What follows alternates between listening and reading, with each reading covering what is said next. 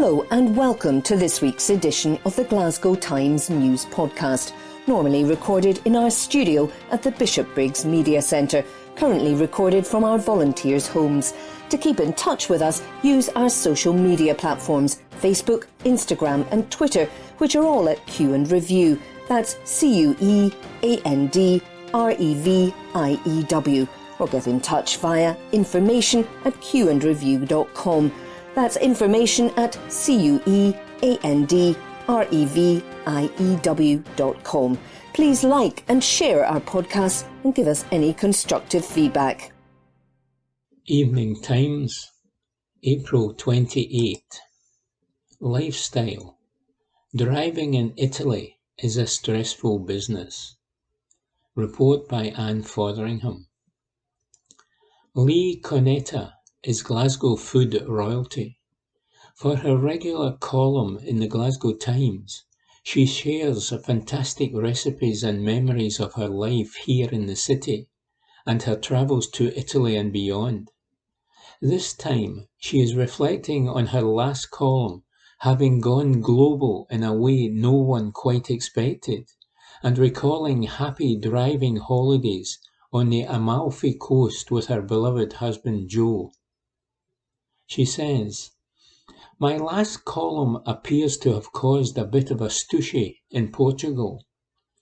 It seems a news agency got wind of my mishaps at the hotel I had jokingly renamed Portugal's Answer to Faulty Towers, and ran with a story headlined, 'Famous British Woman Reports Unpleasant Experience in Portugal.'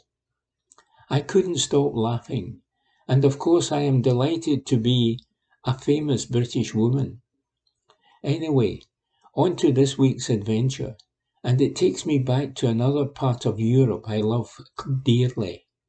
Driving down the Amalfi Coast is one of the most stunning and dangerous things you'll ever do. Trying to negotiate sharp bends with steep drops is tricky enough, without the frequent buses flying round the corner to meet you head on. My husband Joe and I did it several times, and I am still suffering from post-traumatic stress as a result. But it was worth it to visit the gorgeous towns of Amalfi, Ravello and Positano. Few things are more inspiring and beautiful than the views from the top of the cliff at Positano and Ravello, or the incredible winding road which takes you out of the squalor and chaos of Naples into the bright sunlight and greenery of the coastline with its wonderful lemon trees. In Positano, the pace of life slows down and time is dedicated to enjoyment of the scenery and the blue sea and the great food in the local restaurants. Positano is a pretty village on a cliffside on southern Italy's Amalfi Coast. It's a well-known holiday destination, popular with tourists thanks to its pebble beachfront and striking steep, narrow streets, lined with boutiques and cafes. My husband and I stayed at Hotel Christina, owned by two sisters. It was the cleanest hotel I have ever stayed at, with wonderful food. Towels were changed 3 times a day. We also ate in a very famous restaurant in Ravello, run by a middle-aged lady, where we ate the most sensational food. And of course, the wonderful local lemons are used to make the famous limoncello liquor, though this is not recommended before negotiating those bends in the road. This week's recipe is the most famous pasta dish of Positano, a dream pasta for vegans, vegetarians and meat eaters alike. And if you are confused by the fact that this recipe is called macaroni, but actually uses spaghetti, do not despair. In Campania, especially amongst the old guys, macaroni is a generic term for all pasta. You could use any type of pasta, but the dish is best with spaghetti. Buon appetito. Macaroni al 7 odori. Macaroni with 7 flavors. Ingredients. Serves 4. 600 grams fresh ripe tomatoes. 1 clove of garlic, crushed. 3 tablespoons of olive oil. 10 leaves of basil, torn into small strips. 2 tablespoons of chopped fresh parsley. 1 teaspoon dried oregano. Half an onion, peeled and chopped very finely. 1 stick of celery, very finely chopped. Salt and freshly milled black pepper. 500 grams spaghetti. Method. Put the tomatoes in a large heat-proof bowl and cover them with boiling water. Leave until the skins burst and drain well. Peel carefully, cut in half and remove the seeds. Quarter and place in a colander set over a bowl to drain for 30 minutes. When the tomatoes are drained, tip them into a bowl. Add the garlic, olive oil, basil, parsley, oregano, onion, and celery. These are the 7 flavors and must be carefully stirred into the tomatoes. Season with salt and freshly milled black pepper and leave to stand overnight or for at least 2 hours. When you are ready to serve, bring a large pan of salted water to a rolling boil. Toss in the spaghetti, stir, return to the boil, and cook until just tender. Check the packet for the al dente cooking instructions, usually around 10 minutes. Drain and return to the pan. Pour over the sauce and stir together. Serve at once. As the sauce is cold, the dish will only be lukewarm. Perfect for early spring with a nice glass of rosé wine. From the Glasgow Times, Friday the 29th of April 2022, from the news section, delivery driver ran over a pedestrian as she crossed a green man in Maryhill. By Connor Gordon. A delivery driver ran over a pedestrian as she crossed a green man. Ex-DHL employee James Harrison, 39, struck Margaret Murray in Glasgow's Maryhill in December 2019. The 39-year-old was adjusting his radio when he took his eyes off the road. Miss Murray, fortunately, escaped uninjured. Harrison, of the city's Rukese, pled guilty at Glasgow Sheriff Court to careless driving. Sheriff Jonathan Guy fined Harrison, now a landscape gardener, £290 and disclosed him for driving for 108 days. The court heard that it was 5 p.m. when Harrison was in his Vauxhall van on Maryhill Road as the victim approached the pedestrian crossing. Prosecutor Robin McDougall said, "She stepped off the road when the green man illuminated and at this time was struck by Harrison's vehicle. The woman fell to the ground and was assisted by witnesses. Harrison came out of the van and stated that he didn't see the lights. There was no medical evidence which Mr McDougall took to believe there was no injury." Mark Waters, defending, told the court that Harrison was delivering parcels at the time. The lawyer added, "He was adjusting his radio and the lights were at green. When he looked up and the lights changed and Mrs Murray crossed the road. Mr Harrison slammed on the brakes and hit her. You appreciate the seriousness of the matter." Sheriff Guy told Harrison the offence was uppermost serious of that type.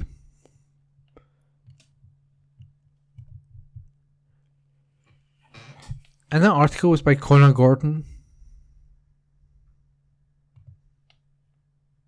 From the Glasgow Times, Friday the 29th of April 2022, from the news section, woman 50 arrested in connection with disturbance in Rutherglen.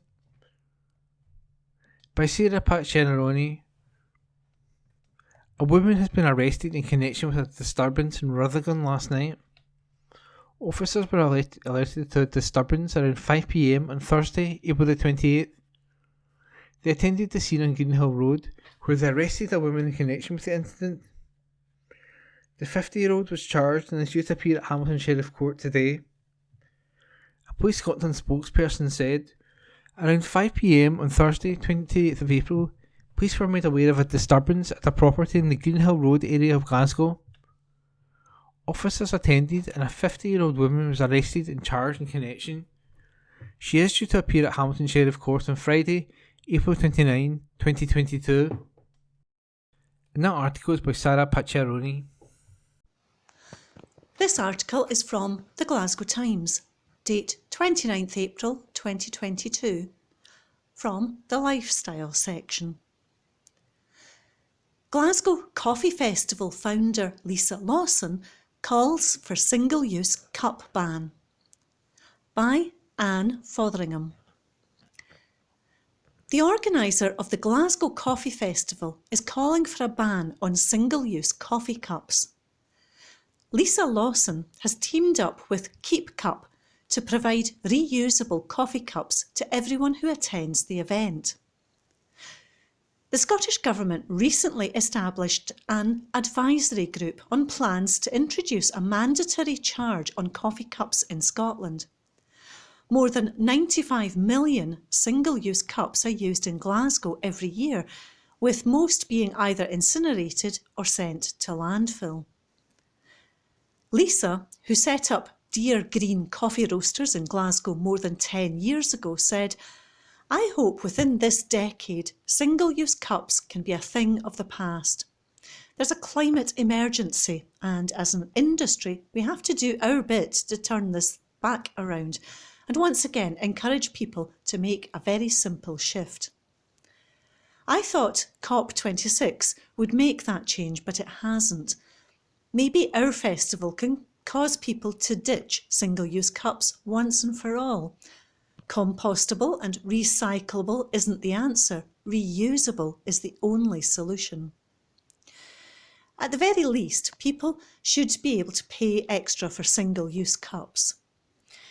Abigail Forsyth, founder of Keep Cup, which is an event sponsor, said, "We love that Scotland is leading the world in transition to renewables and now looking at banning problematic and unnecessary packaging in the form of the single-use cup.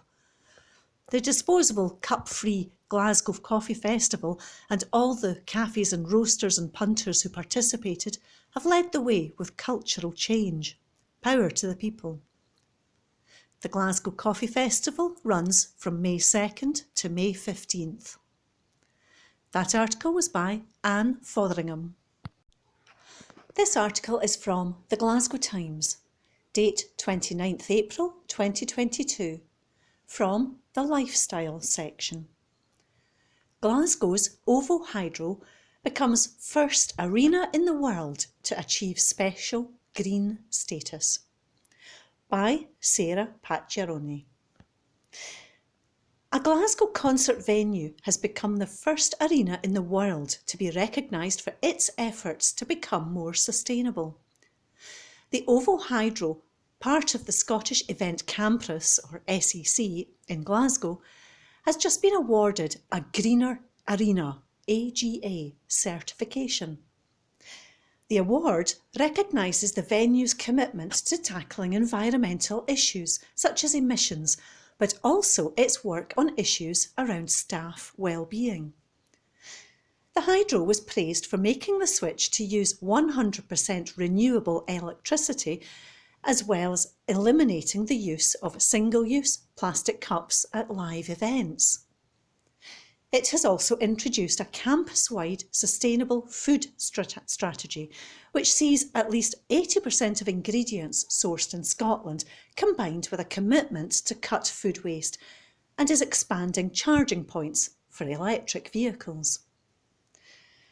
The award was presented at the Green Events and Innovations Conference in London by A Greener Festival, AGF, a not-for-profit company committed to helping events, festivals and venues around the world reduce their environmental impact.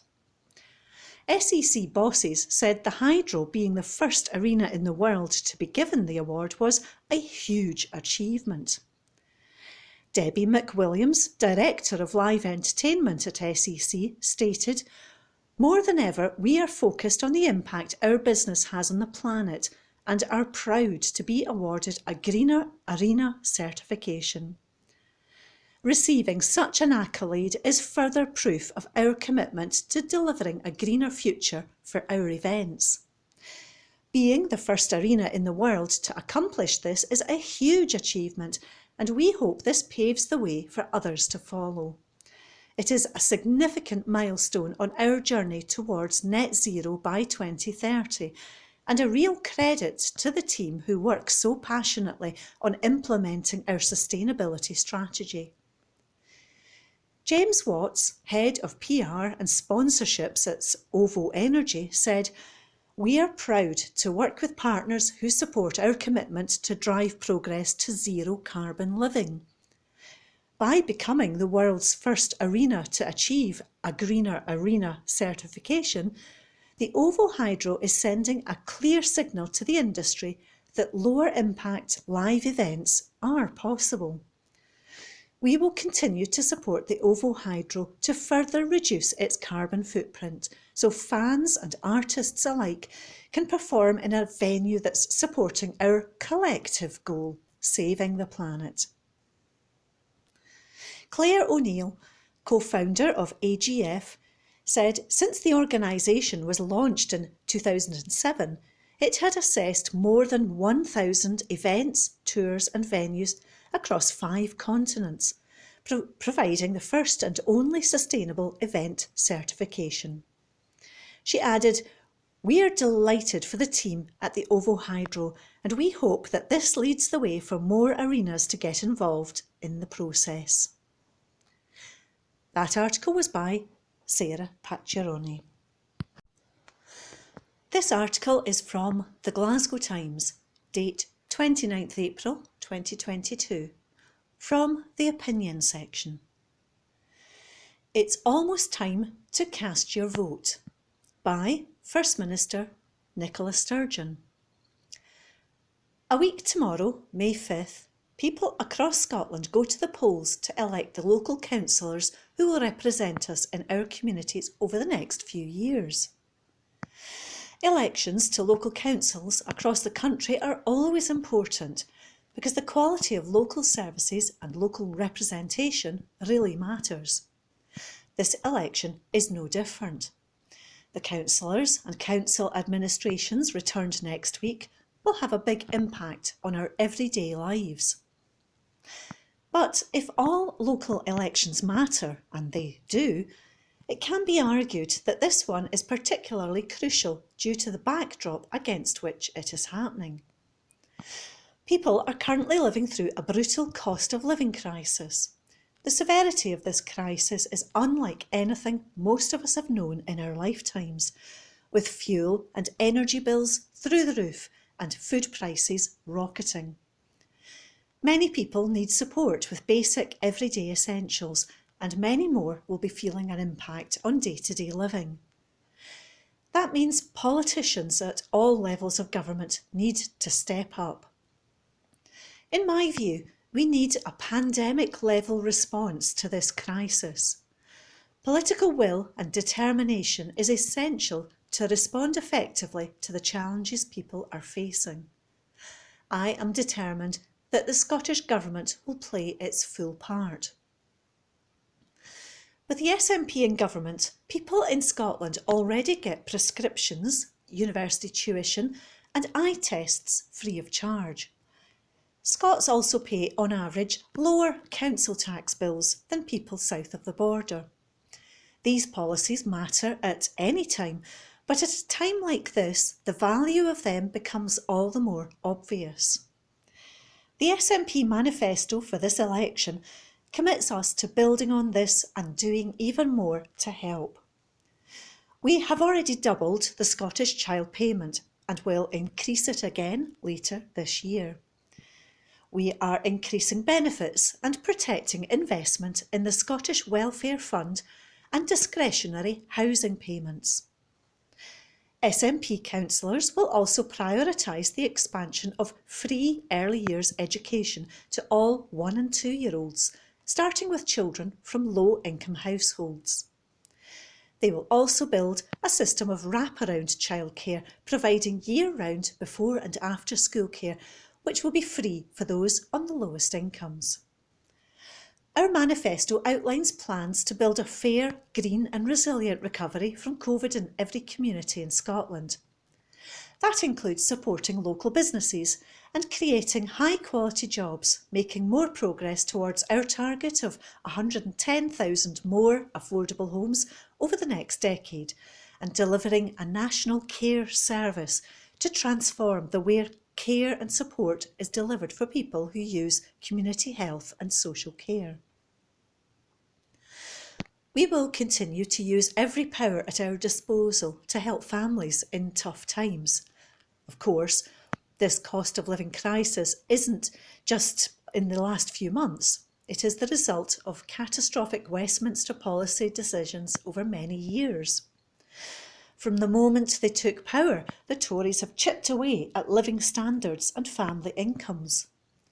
A toxic combination of cuts, regressive tax hikes, rising energy bills and the impact of Brexit has left many families hundreds or thousands of pounds worse off.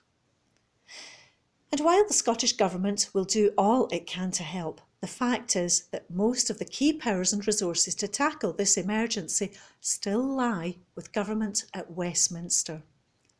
Tory politicians are so distracted by Partygate, however, that they have failed to bring forward any meaningful package of support to help families with crippling price rises. So, at this election, as well as voting for strong local voices, we can choose to send a strong message to the Tory government that needs much more to be done. Next Thursday, people across Scotland will have the opportunity to cast their verdict on the antics of the Prime Minister at the height of lockdown and on his woeful inaction when it comes to tackling the cost of living crisis. The Prime Minister has lost the moral right to govern, and that matters because his constant distractions are getting in the way of him doing the job of making life better for those he is meant to serve. Time may well be running out for Boris Johnson, but the problems of Westminster government are about more than just one politician. The Westminster system is broken. It's mired in scandal and sleaze, and those in the UK government are showing contempt for Parliament, democracy and the country. In these serious times, people, families and communities across Scotland need and expect serious leadership to steer Scotland through the cost of living crisis and on to a better future. There is a clear choice facing the people of Scotland on May 5th. It is SNP action and leadership, or Tory inaction, self-interest, complacency and sleaze. We can all use our voices to demand this deeply out-of-touch Tory government at Westminster takes real action now on a cost of living crisis. This election is Scotland's opportunity to demand real support for families and communities here in Glasgow and right across the country. That article was by Nicola Sturgeon. This article is from The National, date 29th April 2022, from the Culture section. Nelson Mandela's relationship with Scotland highlighted in new exhibition, by Anita Badani. Nelson Mandela's relationship to Scotland is explored in a new exhibition co-hosted by the University of Dundee. Scotland, Global Solidarity and Mandela opened at Dundee's Central Library Wellgate Centre on Thursday, April 28th and runs until Wednesday, May 18th. Using original archival photos and posters, the exhibition recalls the story of Nelson Mandela's relationship to Scotland and the role played by the people of Scotland in the global struggle to end apartheid. The exhibition also documents Dundee's contribution to the anti-apartheid struggle and the campaign to secure Mandela's release from prison. Dr. Matt Graham, a historian of Africa at the University of Dundee, said, Dundee should be very proud of the city's contribution to anti-apartheid activism. The most significant anti-apartheid activity in Dundee was the successful campaign to award Nelson Mandela the freedom of the city in 1985. This symbolic act was a considerable demonstration of Dundonians' solidarity with Mandela and the people of South Africa. The legacy of Dundee's role in the anti-apartheid struggle can still be seen today through a plaque inside the foyer of the Central Library, which commemorates Mandela's status as a freeman of the city. Along with the exhibition, an event exploring the history of Dundee's involvement in the anti-apartheid struggle and its connections to Nelson Mandela will take place on Saturday, May 7th. Organisers Dr. Matt Graham and Dr. Christopher Fevre, University of the Free State, will be joined by former members of the anti-apartheid movement to discuss their experiences of the campaign. John Nelson, former secretary of the Scottish Committee of the AAM, said, "We were all drawn to the movement for individual reasons. I came from a long line of missionaries, while others were from trade unions. Regardless of our backgrounds, we wanted to fight the injustices of apartheid in any way we could. I went to an anti-apartheid meeting in my first year at university, and it never really went away from me after that." The highlight for me was Mandela's visit to Glasgow in 1993 to accept the freedom of the 9 UK cities that had bestowed that honour on him. 4 of these were in Scotland, so that perhaps tells you something about the level of anti-apartheid support here. Glasgow was the first city in the world to make a Mandela a freeman back in 1981, and that caught the attention of the world. The struggle for human rights, equality and democracy in South Africa developed into one of the largest global social movements of the 20th century, uniting millions of people from around the world behind the anti-apartheid cause.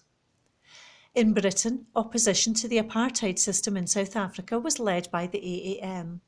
The Scottish Committee of the AAM was formed at a meeting held in the University of Dundee's Student Union in 1976, and across the city there were regular rallies, pickets and boycotts opposing the apartheid state and its links to Britain.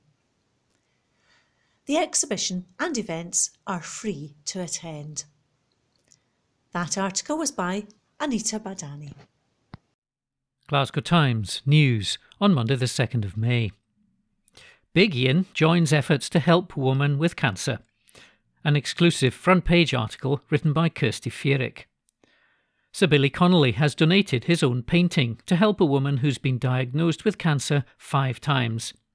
The Big Ian gifted the limited edition hand-signed piece to help Stace O'Brien finally be cured after a brutal 10-year battle with a cruel illness. It comes as the 38-year-old from Glasgow suffers from a genetic condition increasing her chances of getting cancer. She's left in severe pain every day and feels 100 years old after doctors found cancer in her bones, breasts and lymph nodes and sarcoma in her leg.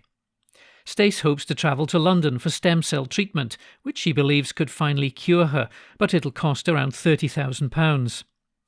Now Scots comedy legend Sir Billy has stepped in to help her on her way to recovery by giving her a windswept and interesting yellow painting which she plans to auction. It comes after his team reached out saying, "We would gladly donate one of Billy Connolly's hand-signed limited edition for you to sell to help raise money for Stace's treatment." Stace told the Glasgow Times, "It's so nice having a Sir Billy Connolly painting in the house that he gave to me. I've hung it on the wall just now so that I can enjoy it until it sells. It's so amazing. I need to get it auctioned soon so that I can get a treatment that may work and be painless. It'll cost £30,000, but it would mean the world to me as I'm so sickly now. I just want to be able to do the things I used to do. I'm really struggling with severe pain. I'm in agony. I feel so broken. I don't know anyone else who's survived cancer 5 times, but I'm hoping I will." Stace was first diagnosed with osteosarcoma bone cancer after suffering a burning pain in her hip, which was revealed to be a tumour in January 2012. She underwent gruelling chemotherapy and thought she was in remission for 5 years before finding a lump in her breast in February 2019. She also underwent a double mastectomy and reconstruction surgery to tackle the illness, but tragedy struck again in December 2019 when doctors found cancerous lymph nodes. Stace was then diagnosed with sarcoma in her leg last February and underwent 4 surgeries to tackle it. Then, last October, she was diagnosed with a cruel illness for the 5th time, as doctors found her breast cancer has spread to her chest wall, behind her heart and liver. Now this year, doctors have tragically found more cancer in her bones, but Stace is determined to keep fighting. Miraculously, her cancer is now starting to shrink as she undergoes extemacine, Zoladex and Phesgo treatment on the NHS. But the aggressive treatment has left her in excruciating pain and in tears every day, leaving her desperate to get the stem dendritic cell therapy, which could target her illnesses pain-free. Dendritic cells help the immune system recognise and attack abnormal cells, such as cancer cells. To make the vaccine, scientists grow dendritic cells alongside cancer cells in the lab. The vaccine then stimulates your immune system to attack the cancer. It comes after previous attempts to cure her condition left her infertile, temporarily blind, numb in her limbs and struggling to swallow. Stace said, "I'm happy the new drug is helping, but I'm in so much pain in my bones and joints I cry most days. It's so painful, I'm really not well with it, although I got my results through and the cancer is shrinking, which is a miracle. I'm even up every night taking pain medication at 3 a.m, but it's just getting worse. I've been totally devastated by the treatments for my cancer. The effects of treatment can start to compromise my life so badly." A GoFundMe page has also been set up for Stace by her friends and family who are desperate to see her fight off the cancer. The fundraiser has brought in more than £9,000 at the time of publishing, and it hopes to hit a £35,000 target soon. The page reads, "Stace has been a close friend for over 30 years to many of us. We've come together to support her in receiving this life-saving treatment. We'll be passing over any donations received directly to Stace so that she can arrange this as soon as possible. Let's aim to give this amazing, beautiful person the support and love she deserves." Stace added, "I'm actually desperate for the doctors to stop this pain no matter what it takes. I'm so touched by my friends doing all this and wanting me to live. If we get more money from the fundraising, then I'll use it to start a support centre to help young, newly diagnosed women learn how to cope with it. I really missed a place like this and think there's a real need for it." An exclusive front page article written by Kirsty Fierig. Glasgow Times News on Monday the 2nd of May. Tenants hold demonstration against landlord. An article written by Katrina Stewart. Castlemilk residents held a demonstration to protest ongoing issues with service charges from their social landlord. As the Glasgow Times told on Saturday, members of Living Rent claim they're owed a £21,000 rebate by housing association Home Group. Holding placards, they marched to the postbox to send off a letter of demands to housing bosses. James Roberts, Living Rent neighbourhood organiser for Castlemilk, said, "Our members, who are Home Group tenants in Castlemilk, have had enough of being neglected and taken for granted by their landlord. It's outrageous that they were expected to continue paying charges when services weren't being received during the pandemic, and that Home Group has proposed an increase in charges if the tenants want fly-tipping hotspots to be cleared." As we told, Castlemilk Home Group residents said they had to pay for maintenance out of their own pockets, on top of paying service fees for work not carried out during the lockdown. The landlord, however, said a walk-round of the estate had been carried out and a meeting to discuss issues is to be held. An article written by Katrina Stewart. Glasgow Times News on Monday the 2nd of May. Eczema win for families. An article written by Lauren Brownlee. The mum of a schoolgirl who suffered badly from eczema has welcomed Scotland as being the first nation in the UK to approve a new drug to treat the skin condition. The Scottish Medicines Consortium ruled that Rinvoq from pharmaceutical company AbbVie can be prescribed on the NHS for people aged 12 or over that have tried other means of treatment, such as steroid creams.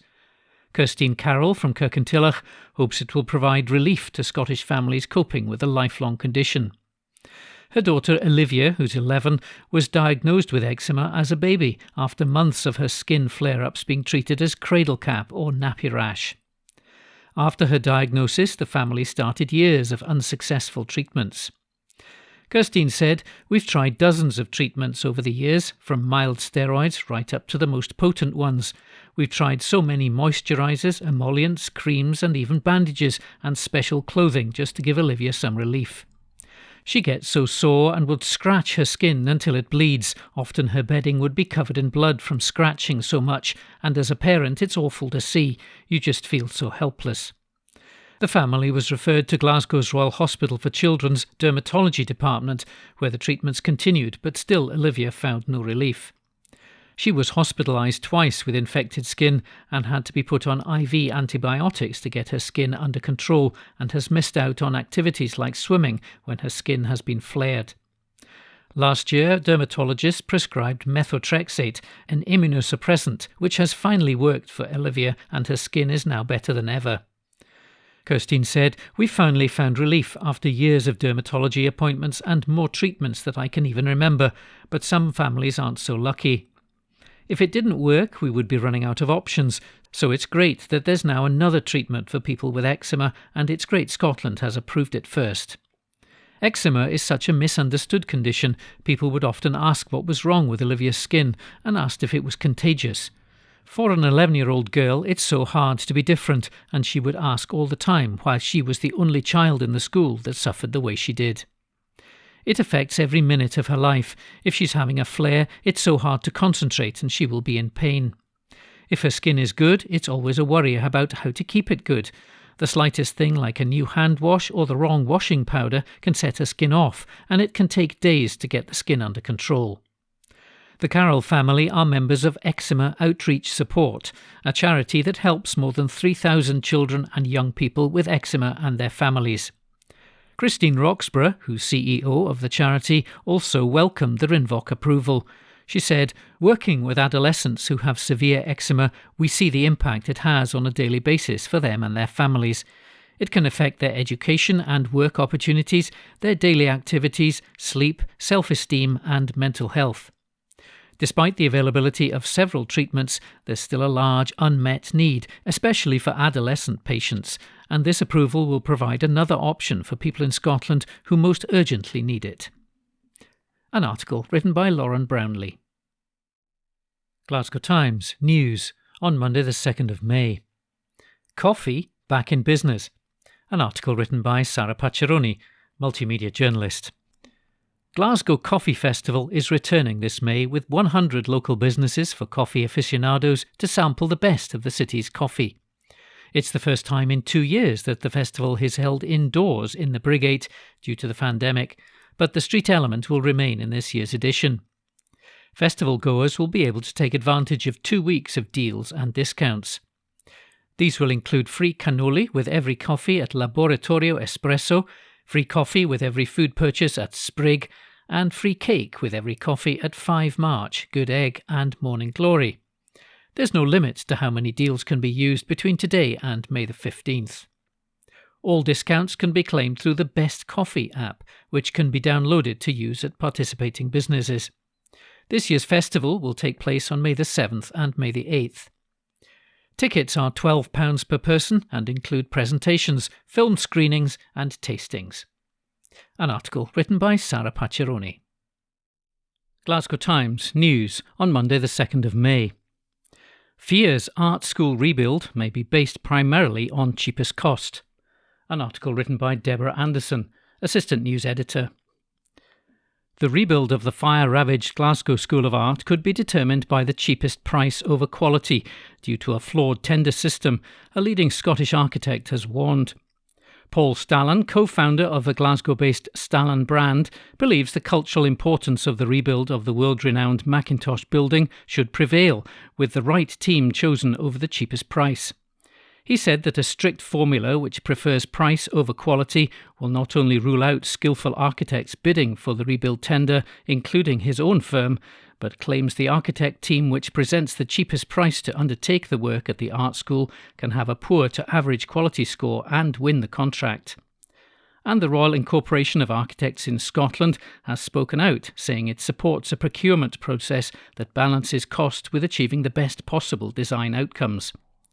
Mr Stallan admits they've ruled out applying for the Glasgow School of Art's rebuild tender and believes the tender assessment criteria being applied should be reviewed.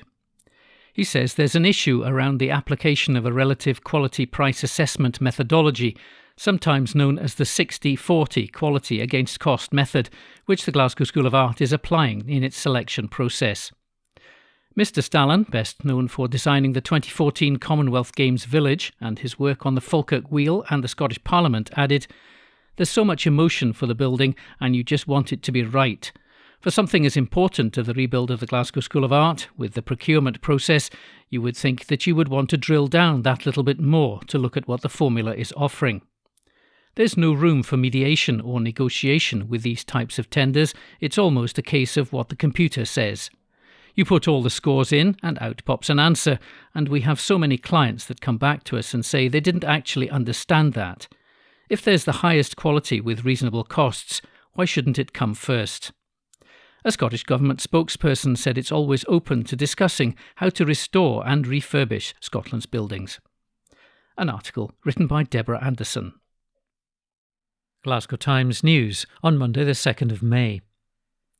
Laughing thug with machete jailed after lashing out at police. An article written by Connor Gordon, court reporter.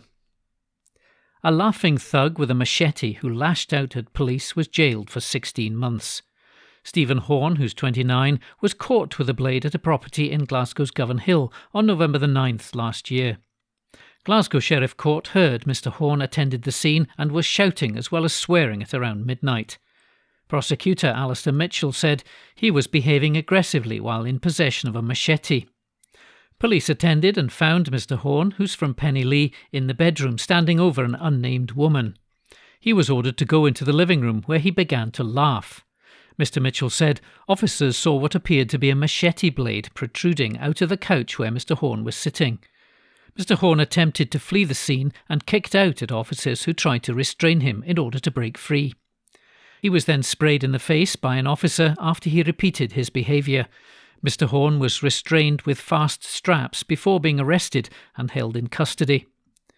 Mr Horn pleaded guilty to behaving in a threatening or abusive manner and assaulting 2 police officers. Neil McShane, defending, told the court that he attended his former area of Govan Hill for a social event for a friend with cancer. The lawyer said he accepts his behaviour is entirely unacceptable. Another person was at the property with him who made good his escape before the police arrived. Sheriff Tom Hughes told him that the only way of dealing with Mr Horn was with a custodial sentence. An article written by Connor Gordon. Glasgow Times News on Monday the 2nd of May. Marks & Spencer closes store in Glasgow's Sauchiehall Street. An article written by Rebecca Newlands, digital journalist. After nearly 100 years as the centre point of one of Glasgow's busiest shopping streets, Marks & Spencer has closed its doors for the final time. Glaswegians recognise and love the store, which has stood proudly in Sauchiehall Street since its opening on November the 29th, 1935. Marks & Spencer provided the ultimate shopping experience with food, clothing, homeware, gifts and more, all within one glamorous Art Deco fronted building. It was just one of the many department stores that lined the street, including nearby Watt Brothers, which closed in 2019. Marks & Spencer bosses previously confirmed the reason for the closure as changing shopping habits. On Saturday, the shutters sealed off the empty store at around 1 p.m. Later in the afternoon, passers-by looked in at the racks of clothes from behind the locked doors. An article written by Rebecca Newlands. Glasgow Times News on Monday the 2nd of May. American nurse makes jump across the pond. An exclusive article written by Katrina Stewart. Starting a new life in a new country can be a daunting prospect, but for nurse Grace Hayner, moving continents meant being reunited with her husband. Grace is one of nearly 200 nurses recruited by Scotland's hospitals from overseas to help the NHS through unprecedented challenges. Health Secretary Humza Yousaf said last month that agreements are in place with recruitment agencies to hire a further 203 nurses from overseas, while more than 1,000 new support staff have been taken on to work in acute hospitals and community health teams. New starts have come from as far away as India and the Philippines, while Grace arrives in Scotland from America. Appropriately given its nickname as Scotland's Ellis Island, she's moved from Brooklyn in New York to Govan Hill. Arriving in Glasgow means being reunited with her husband, a British trainee doctor she married last year and who's based at Inverclyde Royal Hospital. In Brooklyn, Grace worked as an advanced practice nurse, focusing on family medicine in a clinic offering care to uninsured and undocumented citizens. She now joins another 51 foreign nurses recruited by NHS Greater Glasgow and Clyde to support patients and teams on hospital wards. Grace said, "When you love someone, you want to be where they are. Because my husband is in the midst of his training, it was very clear after we married that I would come here too."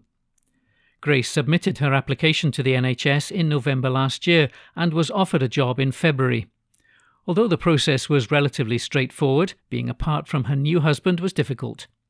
She added, "I was in the US for about 2 months, separated from my husband, which is quite difficult, waiting for that job to come through.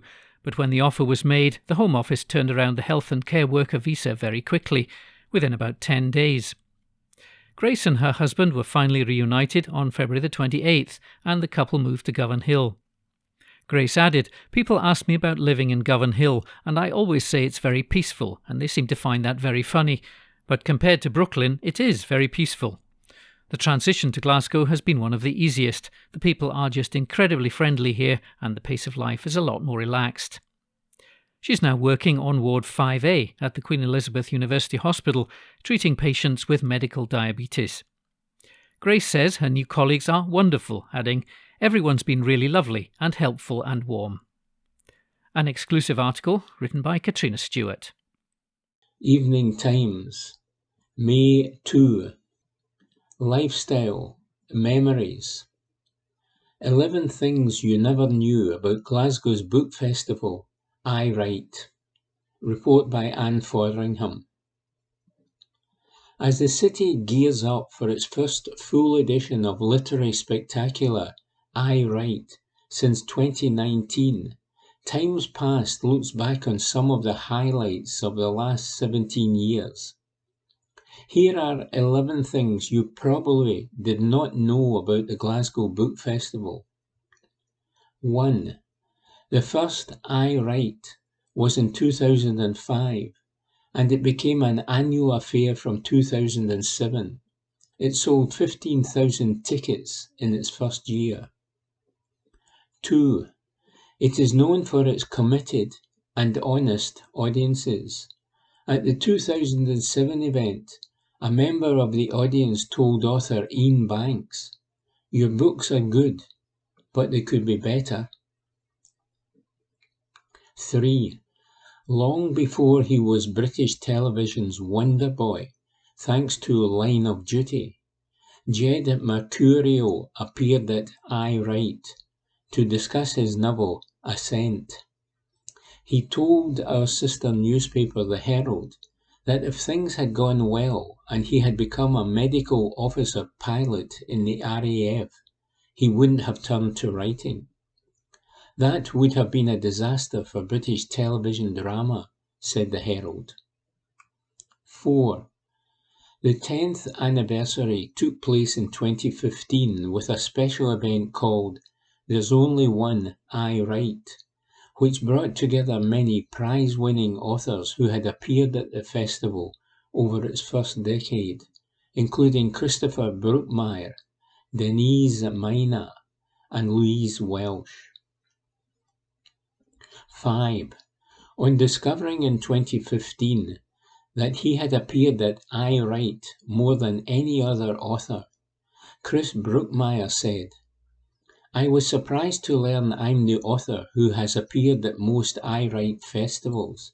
I was even more surprised to learn that they're not completely sick of me, so I'll be bringing down the tone with my presence yet again.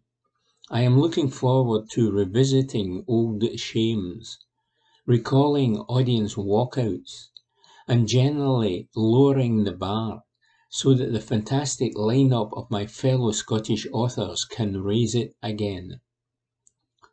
6. A huge variety of famous faces have visited I Write over the last 17 years. Everyone from Eva Schloss, the stepsister of Anne Frank, Edith Bowman, Tracy Thorn and Karen Dunbar, to Joan Bakewell, Alan Bennett, Kevin Bridges, and Barbara Dixon. Once there was even a Dalek. 7. There were fears Hollywood legend Kathleen Turner would not make the 2008 event, where she was scheduled to speak about her autobiography, after collapsing in rehearsals for a play in New York the week before. Thankfully, the star of Romancing the Stone and The War of the Roses recovered and made it to Glasgow to deliver a 5-star performance. 8. Edwyn Collins, Scottish pop star and former frontman of Orange Juice, and his partner Grace Maxwell, held an audience spellbound when they appeared at the 2010 festival. The couple were there to talk about falling and laughing, Grace's book chronicling Collins' double brain hemorrhage in 2004. 9. I Write was broadcast nationally for the first time in 2011 as part of the BBC's World Book Night coverage. That year the festival welcomed big names such as Dame Shirley Williams, Alexander McCall Smith, and Scandinavia's king of crime, Joe Nesbo. 10. At the 2015 event, author Tessa Dunlop was speaking about her book, which told the stories of women who served at top-secret code-breaking HQ Bletchley Park. When she discovered there were 3 Bletchley women, all in their 90s, in the audience, she invited them on stage, and the largely female audience gave them a standing ovation. 11. The festival was set to host more than 260 writers, including its first reigning Booker Prize winner, Bernardine Evaristo, in 2020, when it was cancelled due to COVID. In 2021 it went ahead online and included an appearance by Booker Prize 2021 winner Douglas Stewart, the Glasgow-born author of Shuggie Bain. I Write runs over 3 weekends in May, from Friday, May 6 to Sunday, May 8, Thursday, May 12 to Sunday, May 15, and Thursday, May 19 to Sunday, May 22. The full programme and tickets are available online, reports Anne Fotheringham. Evening Times, May 2. Opinion. Mike Daly says, Council has a duty to have suitable homeless housing. Scotland had 13,192 households with 7,510 children in temporary homeless accommodation at the end of last September. That's the latest figure for our 32 local authorities, who also had 26,000 open homeless cases across the country. It is not uncommon for many homeless households to remain in temporary accommodation for years, typically if they have children. Turnover and resettlement are faster for single-person households who tend to be men. Being stuck in temporary accommodation is akin to being trapped in Dante's first circle of hell. It truly is an existence of limbo, as temporary accommodation rents are not subsidised, and local authorities have a discretion to pursue full cost recovery. The rents can be very high. This means if you lose your housing benefit because you start a new job or go into further education, you will end up with rent arrears and personal debt. While that's a pernicious outcome, much worse is the fate of people being placed in unsuitable temporary accommodation for indefinite periods. It used to be the case there was no right to any standards when it came to temporary homeless accommodation. You took what was offered and had to be grateful for small mercies. Yet sometimes we progress as a society, and in 2004 the Unsuitable Accommodation Order was introduced. The 2004 order was modest and only applied to homeless applicants who were pregnant or who had a dependent child. However, it was beefed up in 2014, 2019, 2020 and 2021. From May 2020, it was extended to all homeless persons and became the 2014 order and defined what was suitable accommodation and what was not.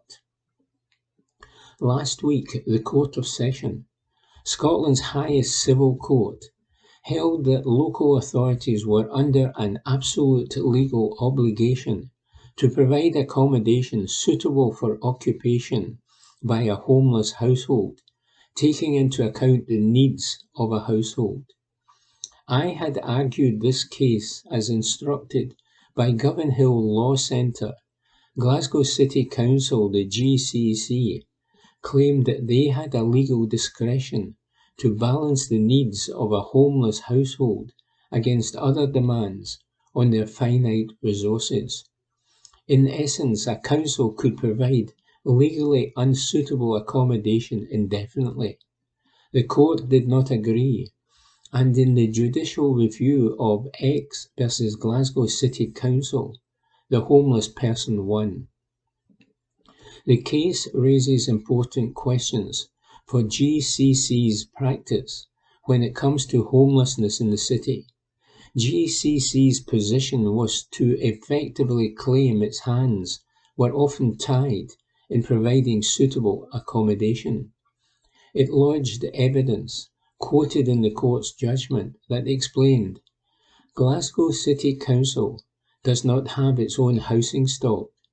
Glasgow City Council transferred all its housing stock as part of a stock transfer process on March 3, 2003. The stock was transferred to Glasgow Housing Association, and since that time some of it has been transferred to other registered social landlords. This means that Glasgow City Council gets the houses it uses for interim accommodation from registered social landlords.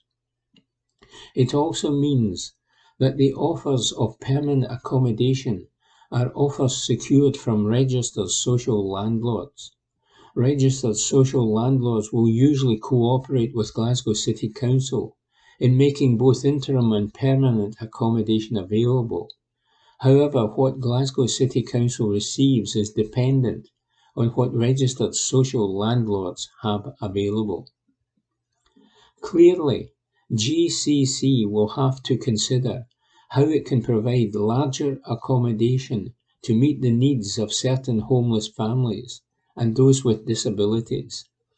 As the 2014 order extends to single-person households, GCC will have to examine its practice of sometimes placing applicants in bed and breakfast accommodation for more than 7 days. Some bed and breakfast or hotel accommodations lack adequate cooking facilities, contrary to Article 5 of the 2014 order. There will be obvious scope to work more closely with local housing associations, the voluntary sector, and the private sector to develop a wider portfolio of suitable accommodation in Glasgow. Let's not forget, GCC has had almost 20 years to do so since the stock transfer. Similar issues may well arise for other local authorities across Scotland. What is certain is local authorities cannot simply ignore the law. As the court said in X versus Glasgow City Council, in this case, however, the respondent adopted the wholly extraordinary position that an order for specific performance should not be granted because it proposed not to comply with the court's decision and instead continue to act unlawfully. It is fundamental to the rule of law that public authorities obey the law and obey the courts. If a court decides that public authority is in breach of a statutory duty, the public authority must comply with the duty.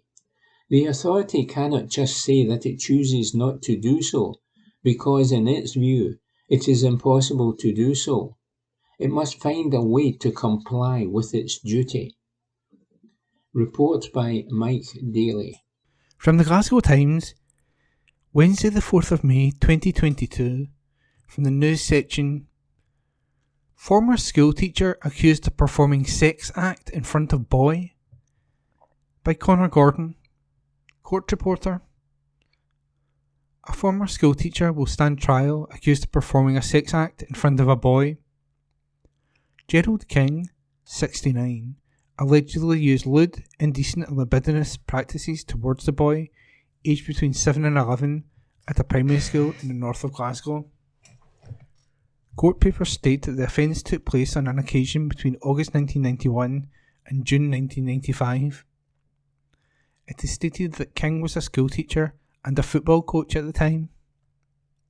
The charge claims King invited the boy into a room where he was changing, where he then performed the sex act. On Wednesday, King pleaded not guilty at Glasgow Sheriff Court to the single charge. A trial was fixed for December by Sheriff John McCormick. King, of the city Springburn, had his bail continued meantime. And that article was by Connor Gordon.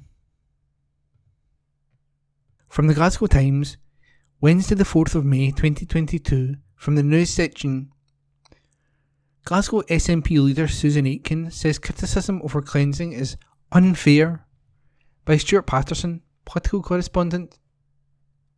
Susan Aitken says the personal criticism of her over cleansing and graffiti in Glasgow is not fair. Opponents, particularly Labour and the Conservatives, have highlighted litter, dirty streets and graffiti-covered buildings, claiming the SNP has failed to keep Glasgow clean. But the SNP leader of the City Council said it is unfair and false.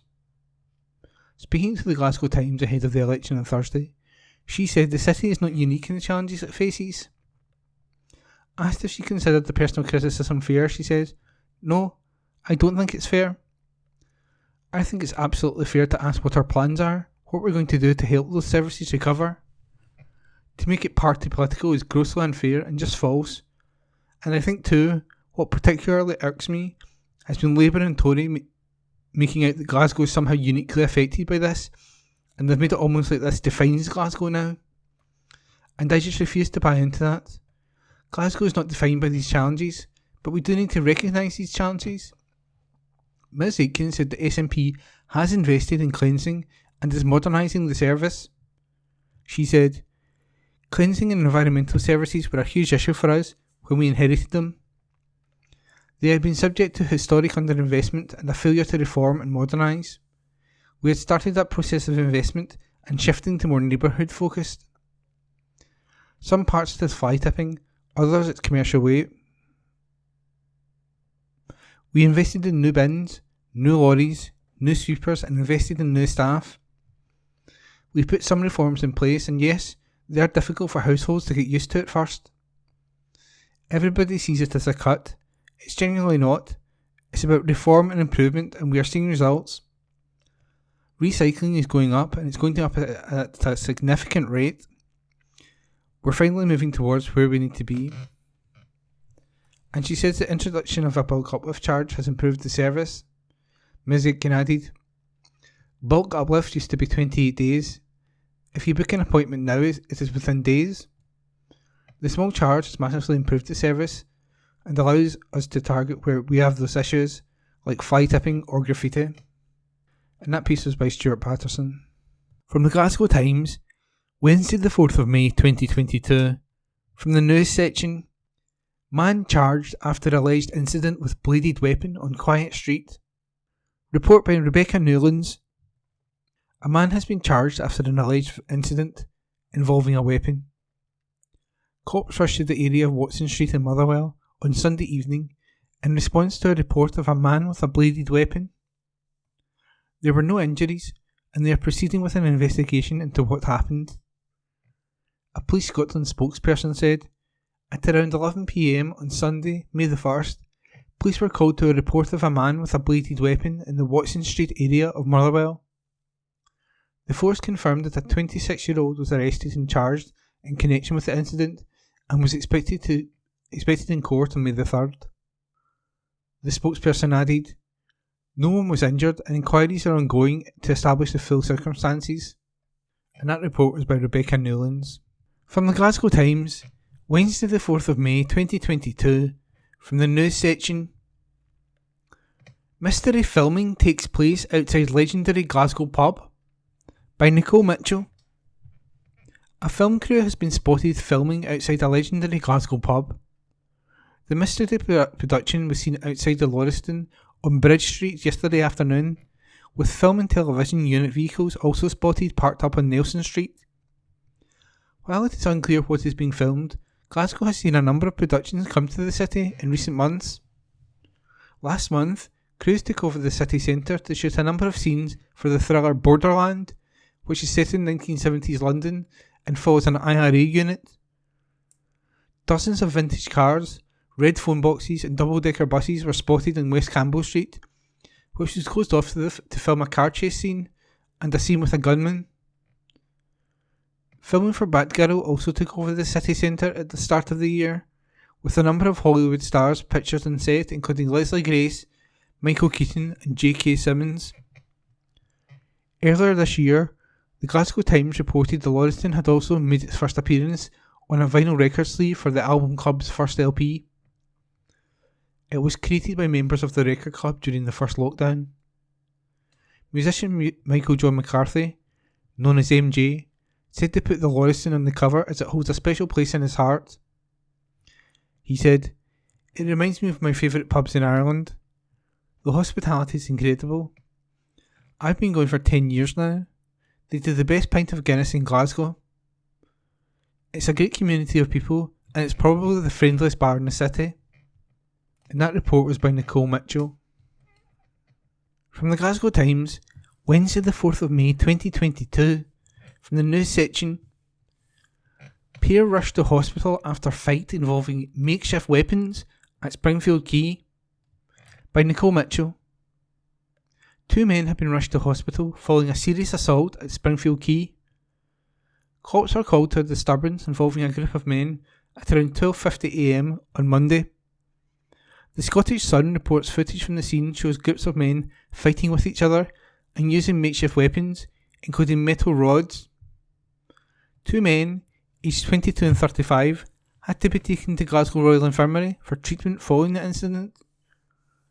An investigation is underway, and anyone with information is asked to contact police via 101, quoting incident number 0157 of May the 2nd. A Police Scotland spokesperson said, at around 12:50am on Monday, May the 2nd, police were made aware of a disturbance involving a group of men in the Springfield Quay area of Glasgow. Two men, aged 35 and 22, were seriously assaulted and taken to Glasgow Royal Infirmary for treatment. Inquiries are ongoing and anyone with any information is asked to contact Police Scotland on 101 and quote incident number 0157 of 2nd of May. And that report was by Nicole Mitchell. And that was this week's Glasgow Times News podcast, normally recorded in our studio at the Bishopbriggs Media Centre, currently recorded from our volunteers' homes with the publisher's kind permission. Thanks for listening.